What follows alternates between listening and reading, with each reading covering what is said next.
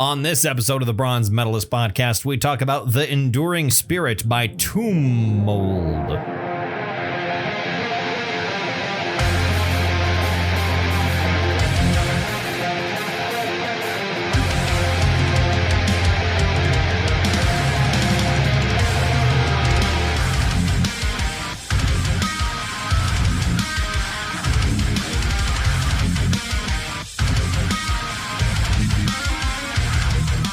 Hi, everyone. Welcome to another episode of the Bronze Metalist podcast. I'm Kale. I'm OJ. We're two professional broadcasters. We like metal. We like to talk about it. And today we're continuing Death Metal December by having a listen to the most recent album from Canadian death metal band Tomb Mold. Yes. It's kind of hard to say those two words. It is when you say it. It sounds weird. The more you say it, it sounds weirder. Well, because the Tomb Mold. Of course, the B in tomb is soft. Yeah, it's silent. Mostly silent. Yeah. And so the M of tomb sort of fades into the M of mold. Right. So maybe just start pronouncing the B. Tomb Mold. Tomb mold. It doesn't flow. No, it doesn't. It doesn't flow. It ebbs. It certainly does ebb. Yeah. Instead of flow. Mm-hmm. But they're a great death metal band from Toronto, founded in 2016. You're thinking of the restaurant Ebenezer. I am right now. Yeah. I totally am. I knew you would be. But yeah, we'll talk more about Tomb Mold later on. It's every time I say it now, it's gonna feel weird. Tomb Mold. Tomb. You can't. It's like you kind of swallow it at the tomb. Yeah. In the middle. In the middle. Right. But yeah. How are you doing? Fan-friggin-tastic. I actually had Ebenezer's the other day for lunch. Yeah, you did. I did. Right. I had some leftovers in. I've been eating it all day and. Nice. Yeah, life has been. I don't know what I've done different. I have my oldest child is coming to visit next month. Her and her husband are going to stay with us. I'm now plural. You got real, honest to God glasses. I did. Maybe that's the difference thus far. Maybe just being able to see things clearly at a correct sort of definition has been good. It has and it hasn't because I'm not used to them. It's true. And so occasionally they help, and then occasionally they make me want to barf. Yeah. They do it because everything is all. Bleh. I don't want to see that in such high definition. Well, no, it's just looking at my face. You're like, oh my God, I didn't realize you had so many boils. What happened to Kale? Did his neck throw up? It feels like my neck has thrown up the last couple of days. Oh, really? Are you all right? Because my neck has been all hurting. Right. My neck's been hurting. It hasn't been too bad. You're all stiff today. It hasn't been too bad today, and yesterday it wasn't so bad either. I got another pedicure yesterday. Oh, nice. I've had more pedicures in the last year than I've had, ever. I've never had a pedicure. I had one prior to this, and then this woman who's my friend now, and we still do that. You almost went Mandark there with that laugh. So the cadence of that laugh was almost Mandark. But yeah, we still do things like get pedicures and have lunch and do things like that.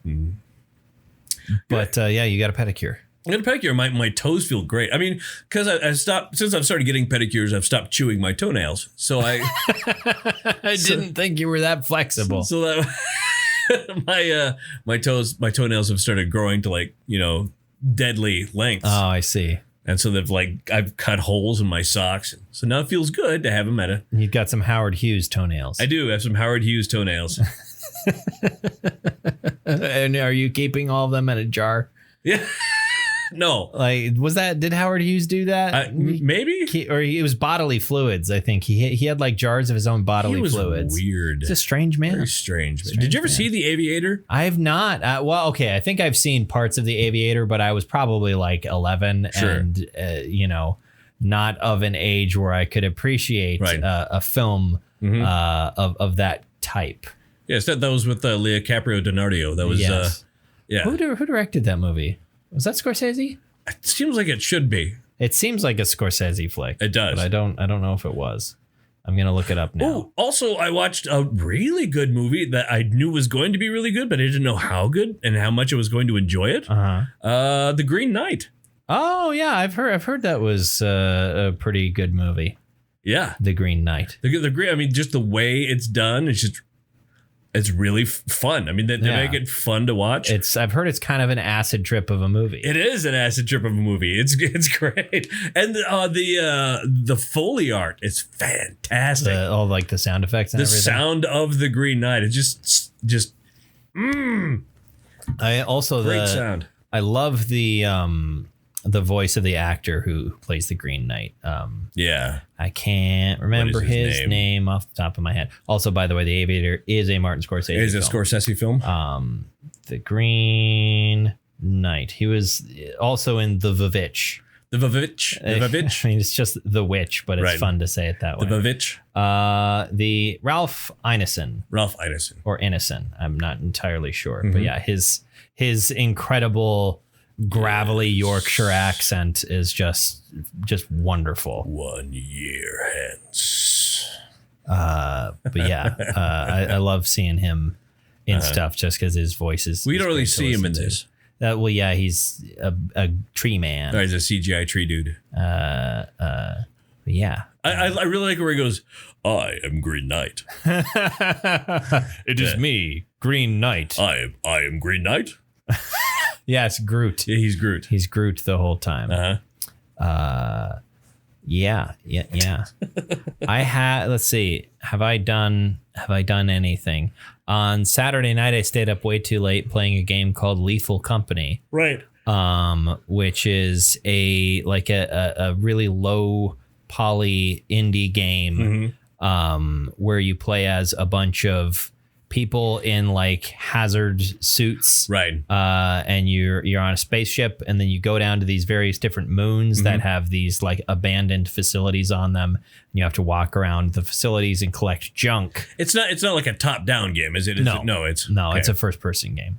You and your team, your friends or whatever, because it's a multiplayer game. You go around and you collect junk.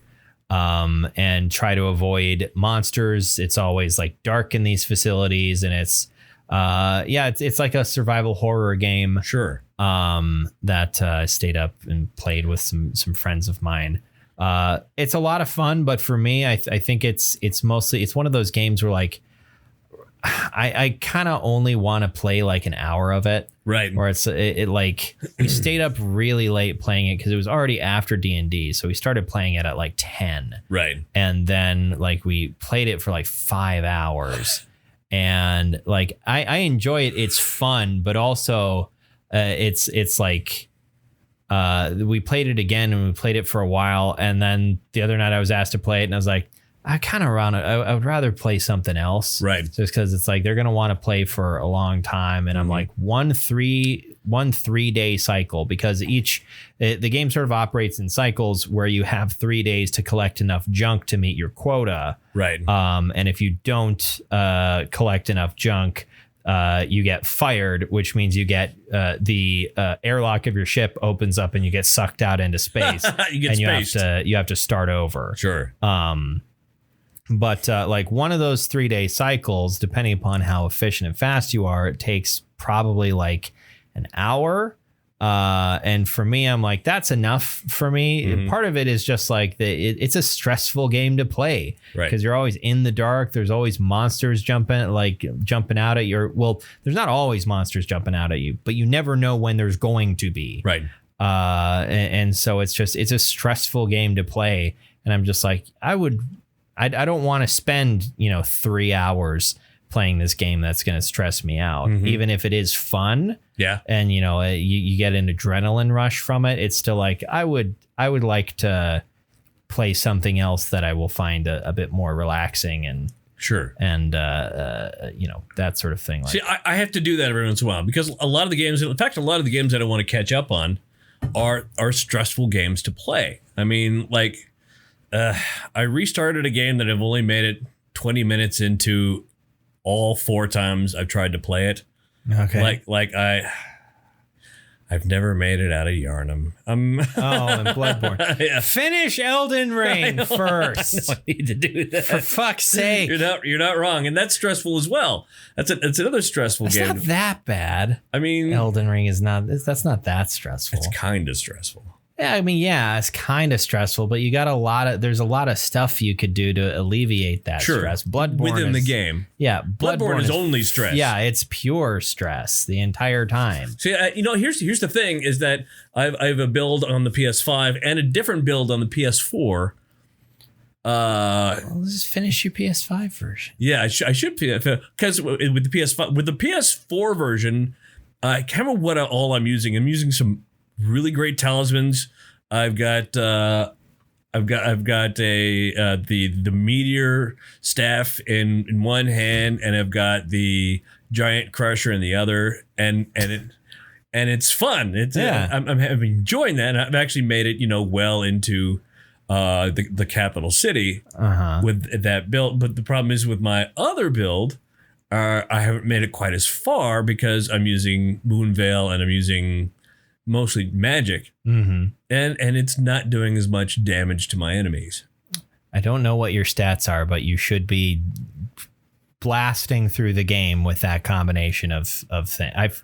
I did that exact thing for most of my first playthrough, and I found the game incredibly easy. They nerfed Moonveil. They can't have nerfed it that badly. Are you using the weapon art on it? Oh, of course. Yeah. I don't know. It's my understanding of every time they nerfed Moonveil. Every time they nerfed Moonveil was just decreasing the range on the Ash of War. I don't know if they made it do less poise damage or not, but I don't know. I don't think you have an excuse anymore. You've been playing this game for going on damn 2 years. near 2 years. Yeah. I've never finished. I've started it several times. That's my problem. I start games and I don't finish them. I'm not hearing your Elden Ring excuses anymore. I want to hear about your Elden Ring successes. My results. I want to hear Elden Ring results. I want a dead boss on my desk by next Thursday. Okay. Or you're fired. Fired? Yeah, although I have You're going to turn in your tarnished badge and your tarnished gun. With Moonveil, I actually got close. I actually got closer to finally killing Radon. Yeah. You just got to, just stick with it. Yeah. You just got to do it over and over and over until it eventually happens. That's the key to the game.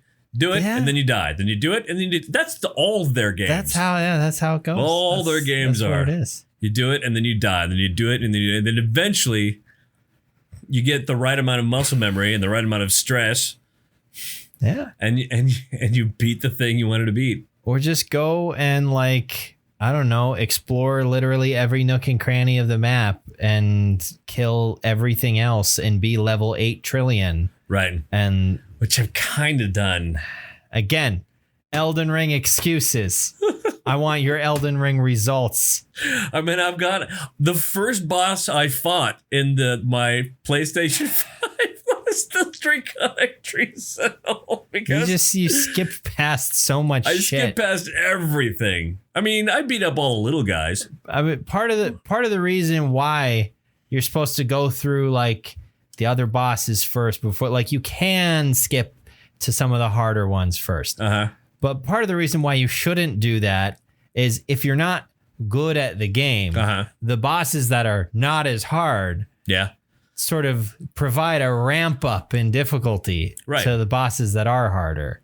I fought the Draconic Tree Sentinel and I lost him about 40 times. Yeah. And then I went and I killed the other Tree Sentinel. The one outside of the spawn in Limgrave. Right. Yeah. Okay. I went and I said, I'm so mad at this Tree Sentinel. Hey, you know what? I can go kill a different one. I can go kill a different one. And then I went back and boy, he was really hard to kill. Yeah. Yeah, you must have had a really hard time with the first boss you can encounter in the game. Right. I had to hit him 3 times. Soldier of Godric is the first boss you can encounter in the game. Certainly counts as he's got a health bar. Right. He counts as a boss.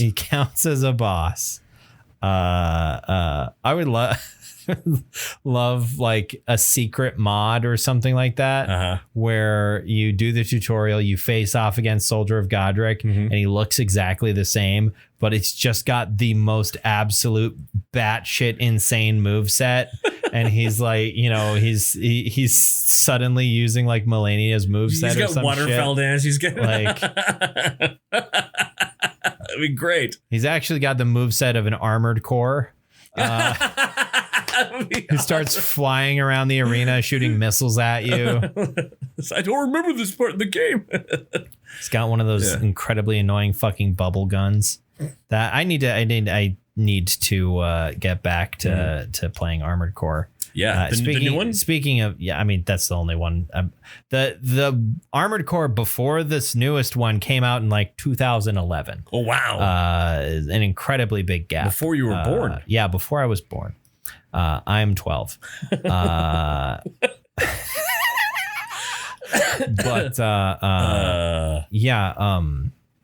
I need to finish Armored Core. It's been like at least like a week and a half, 2 weeks since I played it. Oh wow, really? Well, because like they've been putting out all kinds of updates for Darktide lately. Sure. Like they've actually been releasing content for that game. Then fucking Rogue Trader came out, and I've hardly played Rogue Trader because there's just I'm trying to do too much stuff at once. It's Trader, right? Yeah, Trader, with a D.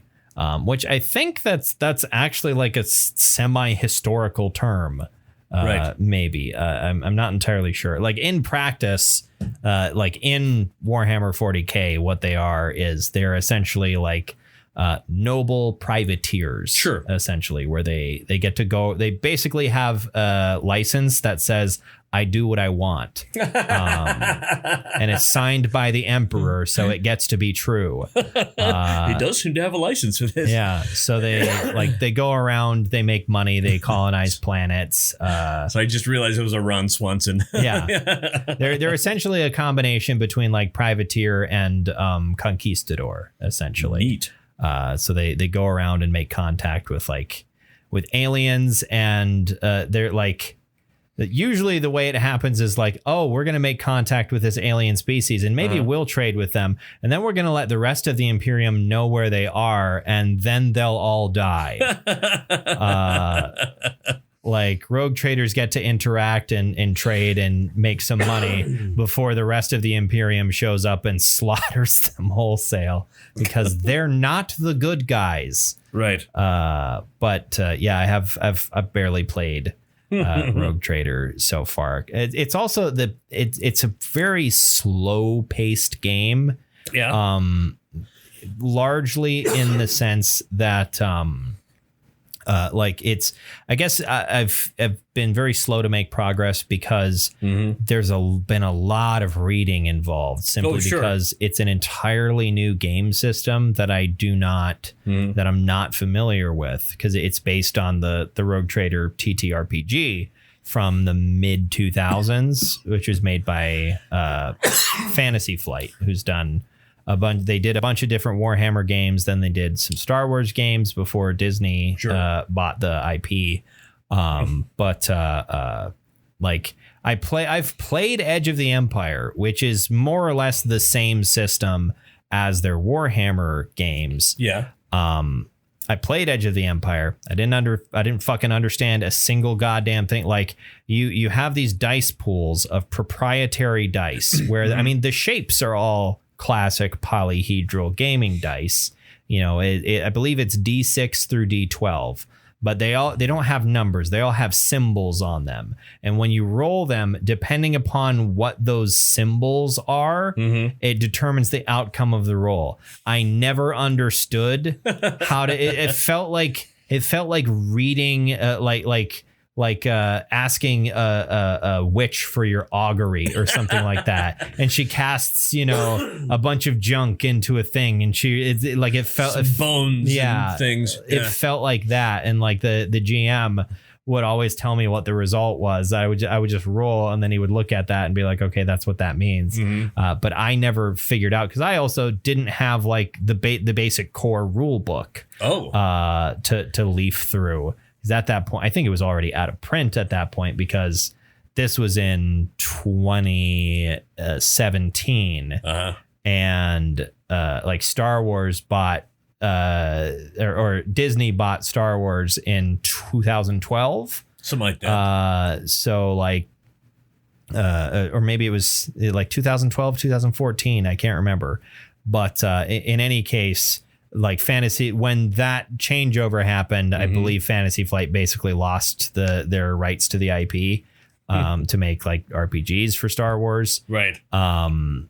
So like the books were out of print, and he had all the books. He had every single one of the books. So if I wanted to like build the character, that was fine. Yeah. But if I wanted to reference the rules at home, I would have had to look it up on the internet. And it was also like not nearly as popular as like D&D, so that those resources weren't necessarily as available for a game of that scale. But like I never understood what the fuck the dice pools meant. 2012. 2012 was when they okay. That's felt right. Because. Yeah, I guess they said for some reason I thought it was closer to when the first Disney Star Wars movie, Force Awakens. Was that was 2015 when that came out? Shit. Yeah, I know you just put your. I think it was had to have been like 2015 because I'm fairly certain I was in college already when it came out.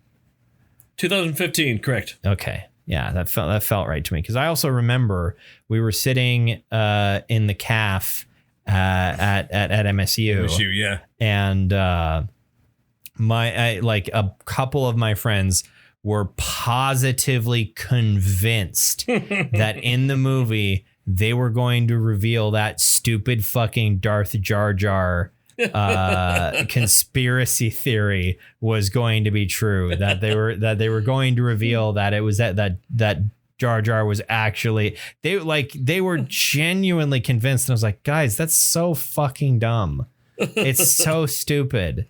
They're not going to do that. It's incredibly stupid.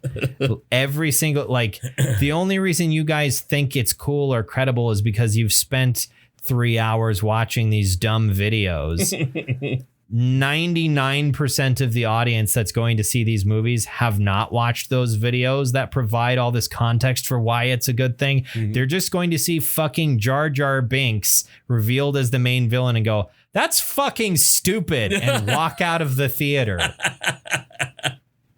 Right. Like, the only people that would think that's cool is you Reddit guys. Yeah, it was just I did not understand it. And like one of the people at that table, like, it was like, I will put money on this. I was like, I'll take that bet. And I got $15 out of it. He actually paid up. I was not expecting him to.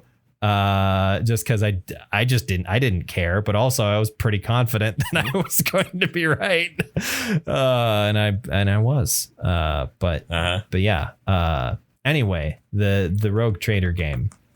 I don't know how, like, there's a ton of abilities that you can get. Like, each character has an archetype, and there's a massive list of abilities that are available for like your archetype or your background. Wow. Or like, and each of them is tiny little incremental improvements, which is not really what I'm used to in RPGs. I'm more used to the D&D model of, like, we're going to give you, like, when we give you a new class feature, it's going to be big or relatively big because you've got comparatively a handful of class features.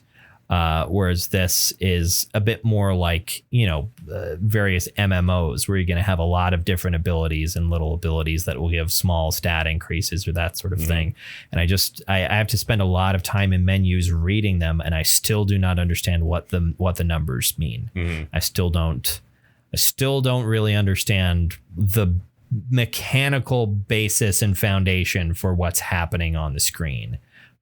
Which is one of the things that was really easy about Baldur's Gate 3, because that's basically just 5th edition D&D, a game system I'm extremely familiar with. So that game is a breeze for me. Another reason why it's slow is, in addition to all the reading of, like, trying to figure out game mechanics is also reading of dialogue, because unlike Baldur's Gate 3, it is not fully voiced. Like many of the main characters will be fully voiced, but also there's not like cutscenes or animation.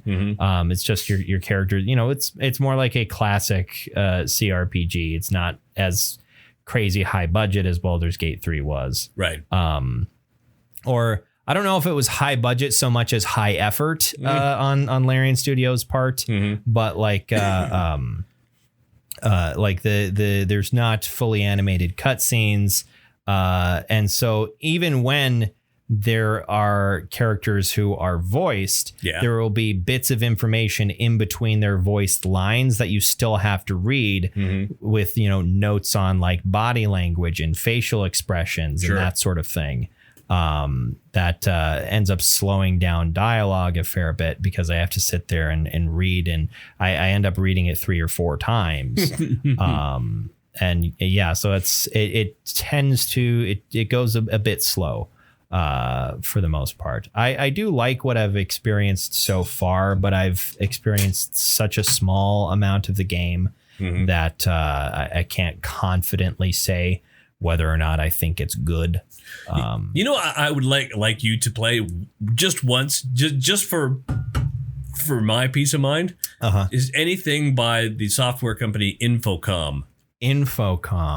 What are some games they made? Hitchhiker's Guide to the Galaxy. Okay. Leather Goddess of the Phobos. Are the Planetfall? These are all like old, like fucking like MS-DOS games, aren't they? Yep. Yeah. There is no graphics. I'm going to have to emulate those. Oh, sure. Oh, that's available. That's 100%. I know available. that. Yeah, I know. Yeah. I think you could probably just go to a website and it probably runs in browser. Yeah. I imagine. Yes. Yeah, I don't have the patience for that. Because you have to read the text and say, what would you like to do? And then you have to figure out what it's going to understand. Yeah, I don't have the patience for that. That's a bit of gaming history that I don't need to experience. I feel like you do. No. If I haven't gone back and played the original Fallout games, I'm not going back and playing those games. Ooh, I need to play Fallout 4. I have it, and I've gone again a half hour into it. It's I'd say it's a worthwhile play. It's definitely not my favorite Fallout game. But I've beaten a couple of the what are those fucking things called? Those monsters. You have the tall lizard creatures. Politicians. No. You said monsters and lizard people. So no, what are those things? What are those things called? Death claws? Death claws. Thank you. Yeah. Okay.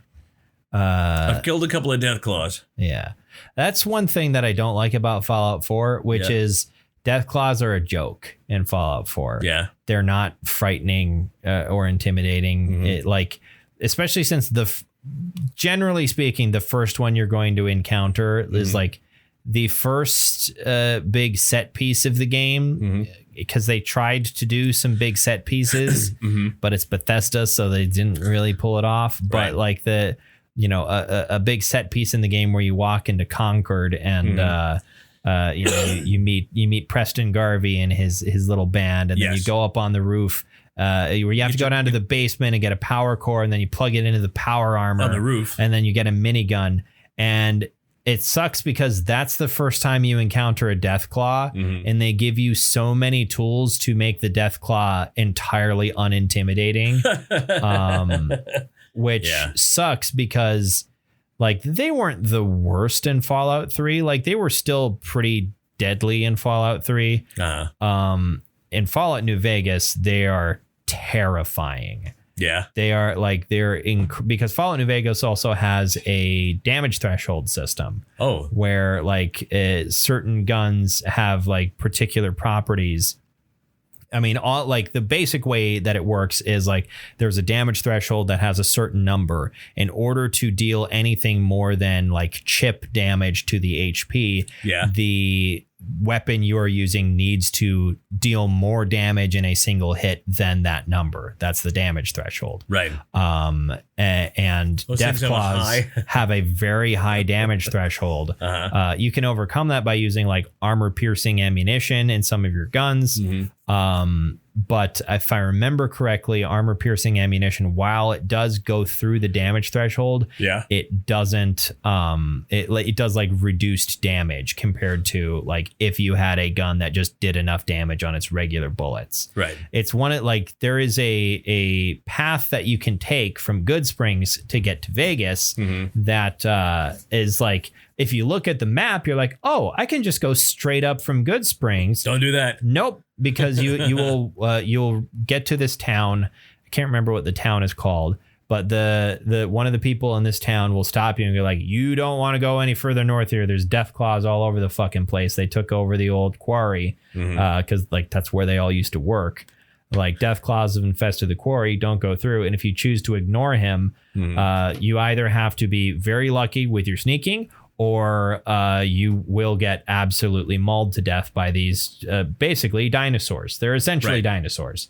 And it's one of those things where you basically need a certain kind of weapon, like a certain class of weapon that you will not get until a fair bit later in the game, because they're very rare to find in the environment, and the ones that you can just straight up buy are extremely expensive. That's either the anti-materiel rifle, which is a 50 caliber sniper rifle, or like the Gauss rifle or that sort of thing. Like any of the really high power like energy weapons, the Gauss cannon will do against death claws. But I think there is. I don't think it's called a Gauss cannon. Oh, I'm thinking of the Tesla cannon. Right. There's one of those in Fallout 3. Right. It uses just a lot of batteries. Yeah, actually, yeah, it does. But so like the death claws in Fallout New Vegas are extremely intimidating. And you need to be very, very careful about fighting them. There's a couple of areas like you generally don't run into them like just roaming around, which you can kind of happen in Fallout 4. Like you get to a certain point and you'll just randomly run into a death claw. In Fallout New Vegas, they're in very specific places on the map. They are infesting Quarry Junction. There is another place that's called Deadwind Cavern, I think, that is infested with death claws, and there is a legendary death claw at the bottom, and that actually means something in New Vegas versus like all of the legendary creatures in Fallout 4 basically have a tiny bit more HP, and they will also, despite being like a giant fly, they'll always have like a gun or a piece of armor on them, which never made sense to me. Who armored this fly? Yeah, like why is a bloat fly carrying a shotgun? There is an unmarked place on the very edge of the map that has no name, but it's known as Deathclaw Promontory. It's across the Colorado River. You have to swim across the river, and then there's like 20 of them. Infesting this open area. You can find there is a dead Brotherhood of Steel paladin and a dead Enclave soldier there, who is like, the fact that there is a dead Enclave soldier there means like, oh, these two guys died like 40 years ago. Right. Because the Enclave is, at least on the West Coast, long dead by the time New Vegas takes place. But there's like an automatic grenade launcher on one of the bodies. Ooh. But yeah, Fallout New Vegas, one of my favorite games ever made. I adore that game. And I'm nervous now. Have you seen the trailer for the Fallout TV show? No. I'm kind of nervous for how they're going to, how the trailer looks good, but there's also some weird implications because it takes place in California, but they are putting a weird amount of emphasis on the Brotherhood of Steel, who it seems to also be the East Coast Brotherhood of Steel, because the airship from Fallout 4 is in the trailer.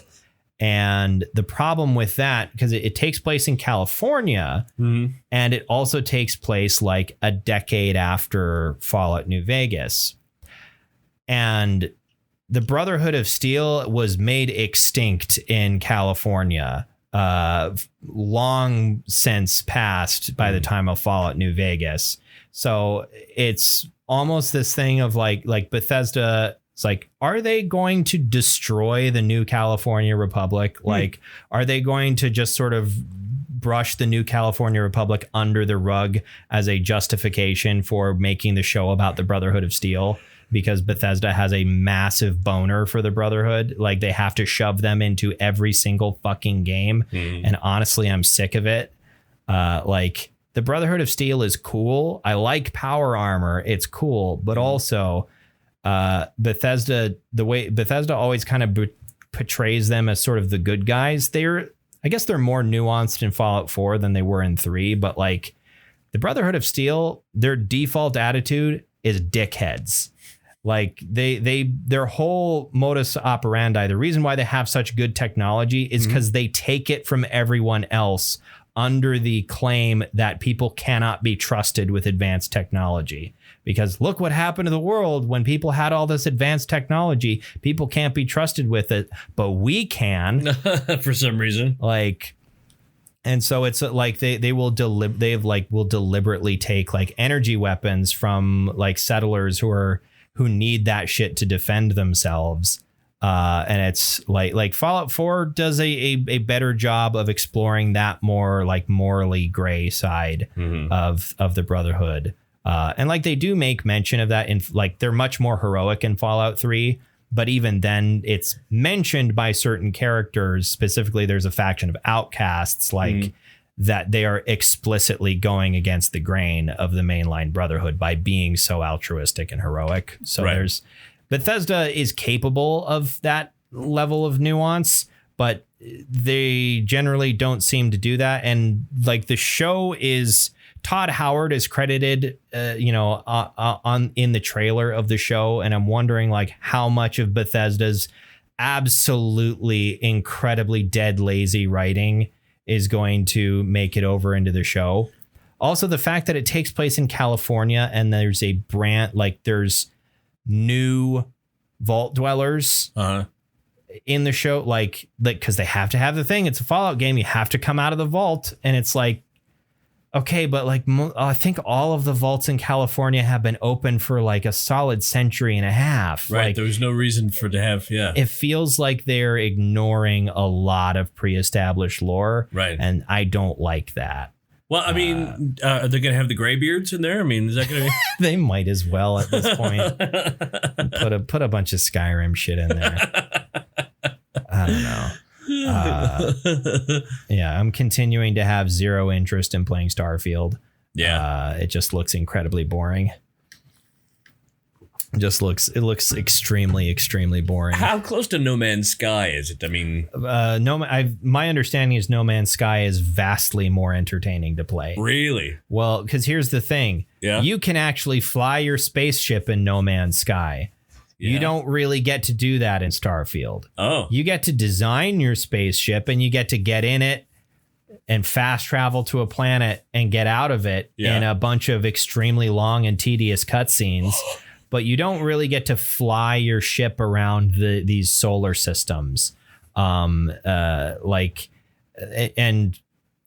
are theoretically, I think, a lot of planets in Starfield, but all of them are so the way that their quest system will work is like, go to this planet and find this thing. First of all, you have to land your ship on one end of the map and then sprint all the way to the other end of the map. And it is completely and utterly empty. It is devoid of anything to do. You are there to find this one thing, and it's a copy paste base that you can find in all the other planets. There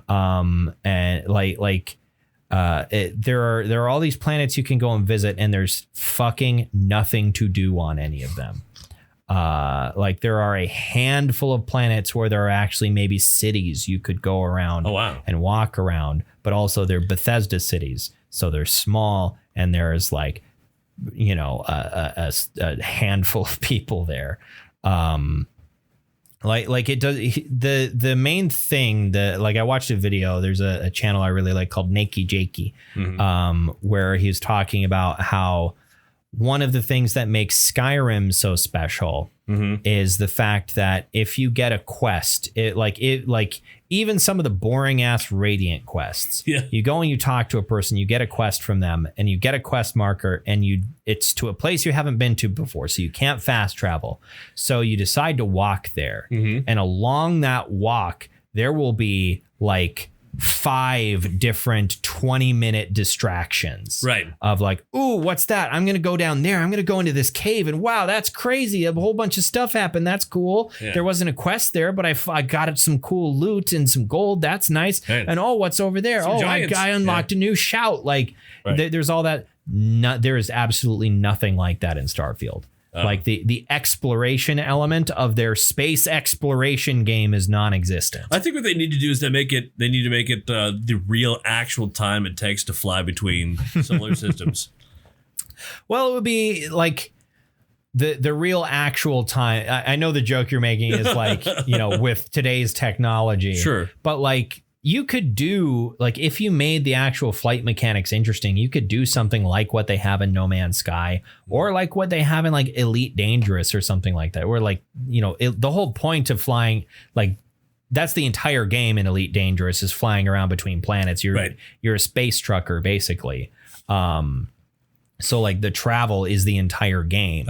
But like if you make the travel mechanics fun, then that's fine, like having to actually travel between planets. But my understanding of Starfield is it's all just fast travel. And every time you want to fast travel between planets, you have to sit through an extremely long cutscene of getting into your ship and sitting down at the command center and turning on and lifting off. And then like they make you watch all of these cutscenes every single fucking time when you're not even flying your ship around. You're just going to at the end of this cutscene. It's going to, you're going to hit a loading screen, and then you're going to be at the planet.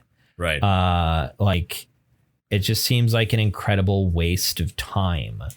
And like, you can make games, like I said, you can make games where just the act of traveling is fun. Even games where the act of walking around is fun, or it is at the very least like an in-depth experience. That's the whole game of Death Stranding. Yeah, it's Kojima. Yes. Which is a game that I am also interested in playing. Right. Like, okay, I could get the PS5 version. I'd probably enjoy it. It would be the first Kojima game I've actually played. I've never played a Kojima game. I've always found them incredibly interesting, but I've never played one of them. And so Death Stranding seems like probably the one to start with. I'm not going to go back and play, the original Metal Gear games. My daughter said, she said, I asked her about it. She said, hey, I got it. She said, if you're going to play it, I hope you like walking around. That's what the whole game. Yeah. It seems relaxing. Yeah. It seems like a kind of a meditative game, and it's been a bit since I've had something like that. Like that's what Subnautica eventually turned into. Yes. For me is like, despite my fear of the ocean, like eventually I found Subnautica a relaxing game to play. I love Subnautica because part of it is I eventually like knew where everything was, and I understood the mechanics of like, okay, like there are ghost leviathans around here. I know how to avoid them. Like there would still be some tense moments, but for the most part, I knew where I could go. I knew what to look out for, and it wasn't scary anymore. Right. And so I could just go around in my giant submarine and strip mine the entire map while listening to podcasts. And it was a good way to chill for a while. Right. Starfield is apparently boring as fuck. You know what's not boring as hell? Tomb Mold. So as we mentioned before, Tomb Mold is a Canadian death metal band. They're from Toronto. Yep. Established in 2016. This is their 4th full-length album. I first learned about Tomb Mold, I guess. I had probably seen their name mentioned a few times on like the death metal subreddit. Yeah. But I'd never like listened to them. I first became familiar with at least a little bit of their music because they were featured as one of the bands on the metal radio station in Cyberpunk 2077. Along with there was like a fucking Converge song on that radio station. And like I heard that and was like, wait a fucking second, that's Converge. And then I was like, what's this fucking kick-ass death metal song that's playing right now? And I looked at the soundtrack and I was like, Tomb Mold, cool. And I sort of, filed it away as like a band I should listen to at some point. Yes. And then I saw more recently that they put a new album out. So I was like, oh, we'll listen to that for Death Metal December. Cause it's nice to have new albums to listen to. We did have earlier this year, we had Ontological Mysterium by Horrendous. Yeah, by Horrendous. Great album. But that came out in April, was it? So I didn't want to, or no, that was much more recent. That was September, I think. When that came out. That was way more recent. Which that qualifies as death metal, but yeah, it absolutely qualified as death metal, but I just didn't want to wait. I didn't want to wait to talk about it. So I was like, okay, this is new. And I remember liking that. And I like around when the album came out, I listened to the first song. And I was like, okay, that's good. But it's, kind of meat and potatoes death metal. Like it's very classic death metal. I'll probably enjoy this album, but it doesn't seem like it's anything particularly special. And I didn't listen too much further. And then yesterday, or no, it was probably it was earlier today, I think. But I listened to, my timeline is all messed up. Maybe I did listen to this yesterday. I cannot remember.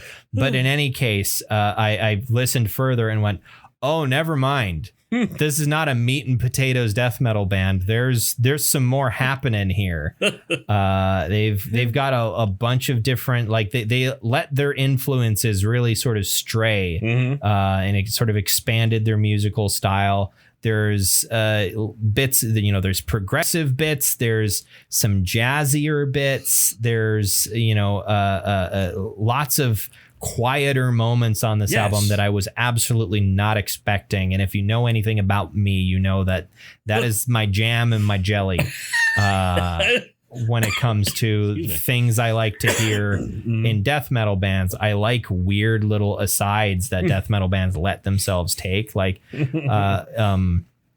I have come to be very fond of Gatecreeper. But Gatecreeper is, for most of their discography, what I just would describe as a very classic sounding death metal band.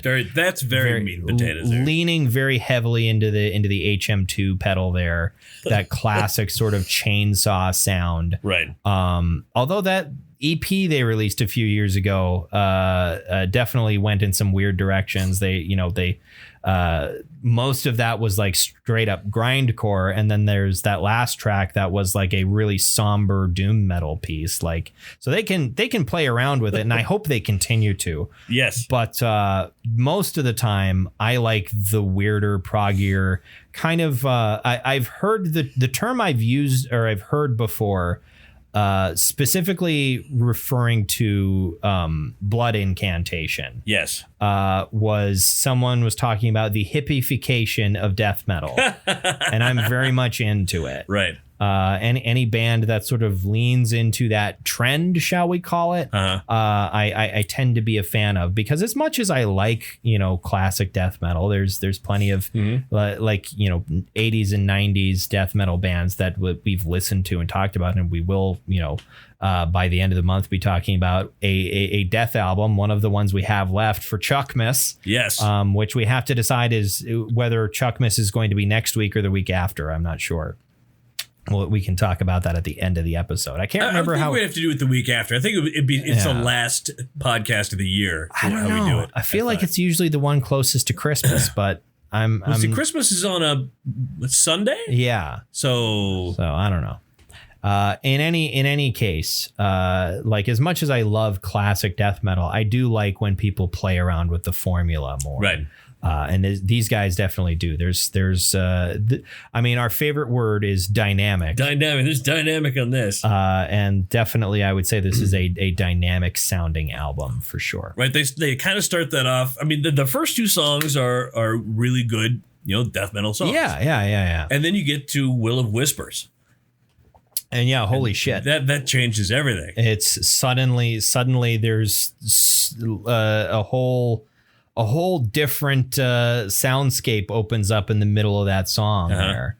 And it's they continue playing with things until you get to the closing track, which is 11 minutes long, and there's a very very long sort of melodic meandering bit to the middle of that song. Well, there's a little bit of the second to last song as well, Servants of Possibility, which like the Enduring Spirit of Calamity, which is the closing track, is largely instrumental. Right. I love it when bands do that. So do I. I'm a big fan of that sort of thing. Yeah.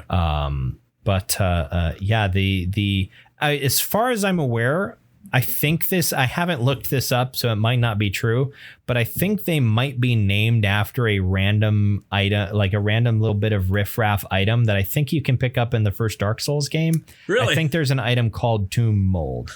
I might be getting the wrong game. It might be a different game, but I know there's like an item that you can pick up in some game that's called Tomb Mold.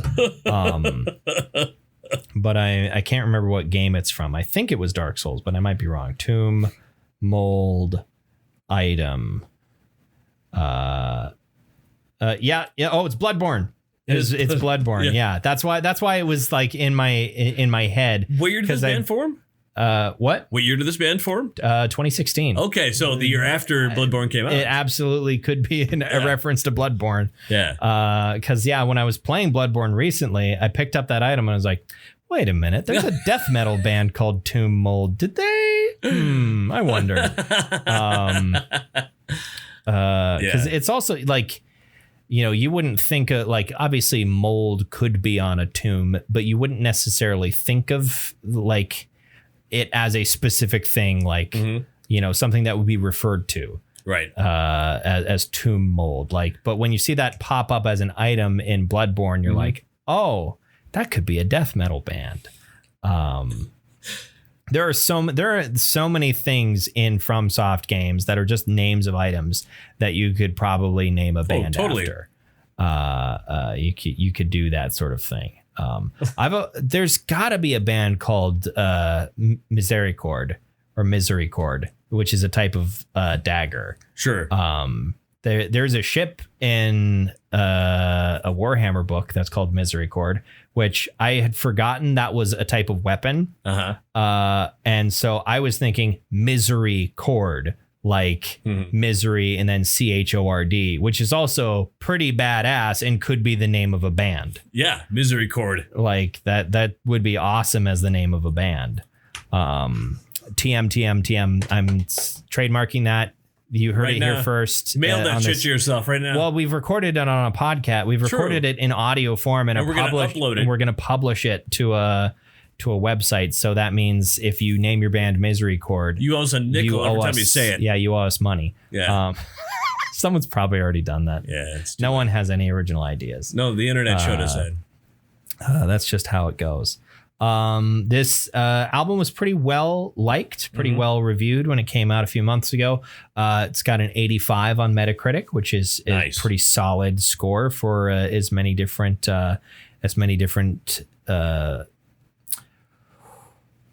venues, maybe the word I was looking for, of review. Sure, many publications. Yeah, publications that were aggregated together. Aggregated together for that score. 85, I think, is not a bad Metacritic Metacritic score. I can't talk. I'm falling apart. I'm falling to pieces. Oh, God. Somebody put me together. I can't even. Who sings that song? I'm falling to pieces. Is that a Maroon 5 song? Well, or is that John Mayer?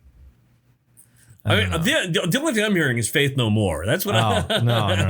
It was not Faith No More. No.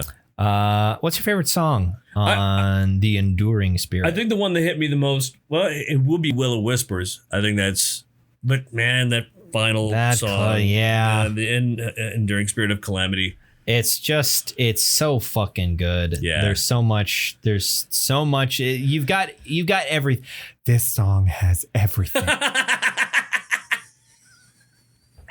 All of everything that was good about every previous song is made a part of that song. It's like a reprise. I mean, essentially, yeah. They bring it all together into one package, and I love the ambition of that. Whenever bands attempt that, and especially when they pull it off.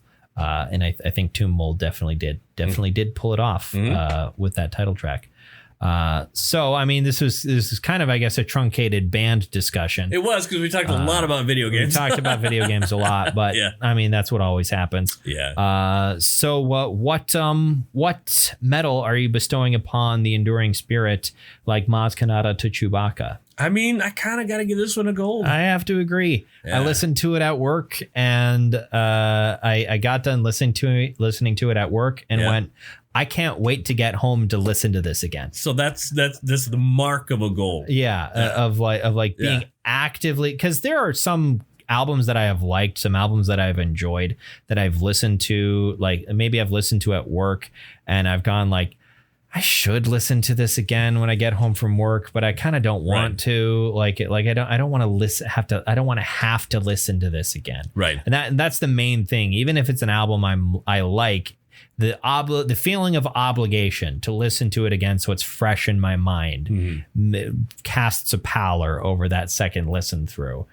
That was not the case with this. No, this is a joy to listen to. I was excited to get another shot at it and listen to it again, especially in an environment where I had like fewer distractions. I was excited to do that. So yeah, it's definitely a gold. Yeah, I would say. So if we are going to then leave Chuckmas for the last episode of the month, that means it's your week next week, and you've got to pick something that's not written by Chuck Schuldiner. Okay. So what will that pick be? So I think last death metal month that we did, or it might have been last December, I brought a very specific band, and we listened to their second album. I'd like to listen to their first album. Okay. Next week. Going back to 1989 to listen to Slowly We Rot. I think we might have done that one. Oh, we did Cause of Death. Okay.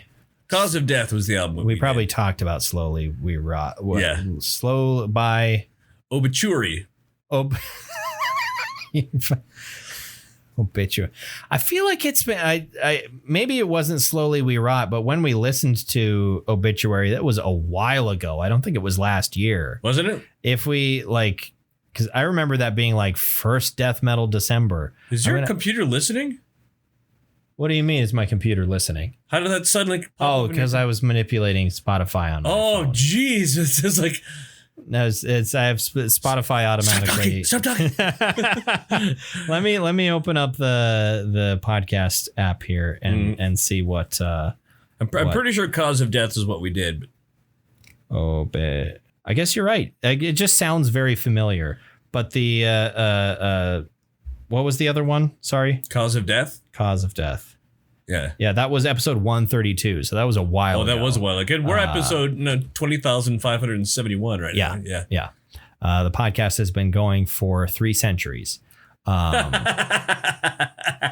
does not come out to 3 centuries. But, no, but Slowly We Rot by Obituary next time. Until you hear from us then, I promise I will upload the episodes when I write all the rest of the material and publish. I promise it won't be just text posts for the next couple of weeks, and I will attach audio to these episodes when I post them. So until you hear from us then, why don't you go ahead and follow us on Facebook or the website formerly known as Twitter.